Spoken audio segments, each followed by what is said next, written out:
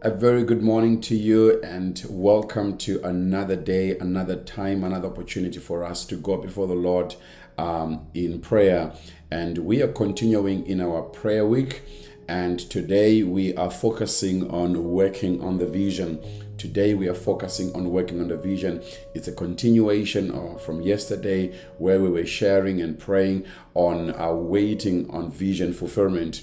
And today we are focusing on working on the vision. So whenever God places something upon your heart as an individual, as a family, and also us as a church, it's important that we start to work on the vision. Now today's text is coming from the account of Nehemiah. One of the great men of God in the scriptures who was a difference maker in his time. Now, I'm just going to focus on three verses from the book of Nehemiah, chapter number 2. Verse number 12, it says, "Then I arose," this is Nehemiah speaking, "Then I arose in the night, I and a few men with me. I told no one what my God had put in my heart to do at Jerusalem." That's where we find the vision there. God placing something on the heart of Nehemiah. I have no doubt that God has placed something upon your heart as an individual, upon your heart perhaps as a family representative, or upon your heart as a leader in some capacity, be it at church or be it at home, be it in the community. But here's what Nehemiah says: "I told no one what my God had put in my heart to do in Jerusalem," not just to know, but what God has placed upon his heart to do at Jerusalem. Then verse number 17, it says, "Then I said to them," these are now people that are around Nehemiah, "I said to them, you see the distress that we are in, how Jerusalem lies waste, and its gates are burned with fire. Come, let us build the wall of Jerusalem." There's an invitation there. It's an invitation to take action. It's an invitation to work on the vision.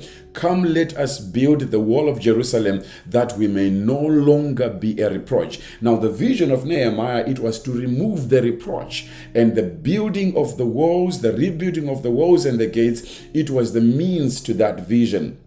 But the vision was to remove a reproach that was upon God's people. And as Nehemiah was working on the vision, Nehemiah had to deal with opposition. Nehemiah had to deal with opposition from Sanballat and Tobiah, such that when you come to verse number 20, Nehemiah responds to opposition by saying, "The God of heaven himself will prosper us." The God himself, he will prosper us. That means when we are working on our vision, the enemy cannot stop what God has placed upon our heart as long as we don't give him permission. The enemy has no capacity of stopping the vision of God upon your life as long as we don't give in to the deception and the plot of the enemy. So for you and I today, I want us to pray on three levels. Number one, I want you to pray over things that God has placed upon your heart. I want you to pray at family level if you're a parent or a guardian. I want you to pray for the things that God has placed upon your heart concerning your family. And then number three, we want to pray at church level. We want to pray over the things that God has placed upon our heart as a church. And for us as a church, that brings us to our vision as a local church, the vision of revealing God's grace and empowering transformation, telling others about Christ, teaching and warning them with every wisdom God has given us, with a goal of presenting them perfect in their relationship with God. That is founded in Colossians chapter number 1, verse number 28. So as we are going to be working on our vision, there are four things that I would like us to pray for today. Number one, I want you to pray for God's grace. I want you to pray for God's grace over that vision. Why am I saying this? When Nehemiah heard about the situation in Jerusalem, his first response was to go on his knees and to pray to God. What is he doing? He is seeking the grace of God. He is seeking divine enablement. He is seeking divine wisdom. He is seeking divine knowledge. So that is going to become our starting point when it comes to working on a vision. Seeking divine grace, seeking the grace of God. Then number two, when working on a vision, let us pray for favor from those in office of authority. Let us pray for favor with those in authority. Nehemiah needed permission from the king Nehemiah needed permission from the king, and he also needed resources, which he placed a request through the king. And that's why Nehemiah was able to work on the vision, because he had favor from the king. And for you and I, we want to pray for favor from those in office of authority.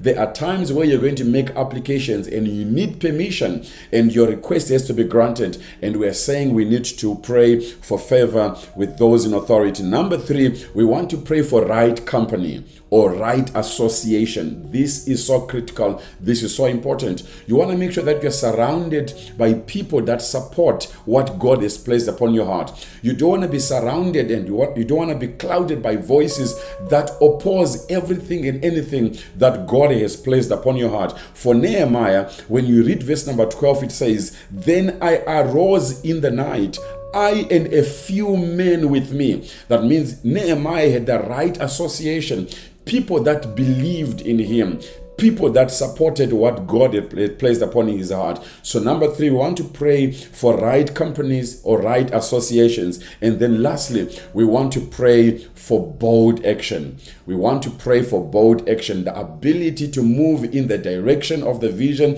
the ability to roll your sleeves and do the work. Now, listen to me, brothers and sisters.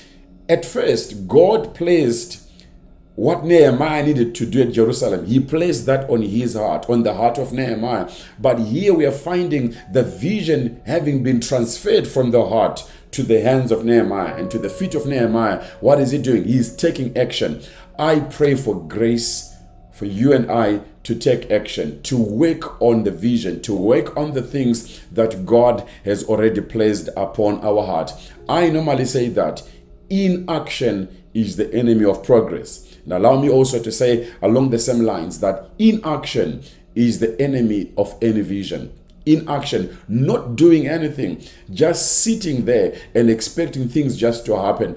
I pray for your life. I pray for our church. I pray for your family, that you may have the boldness to take action. You are courageous. You are bold.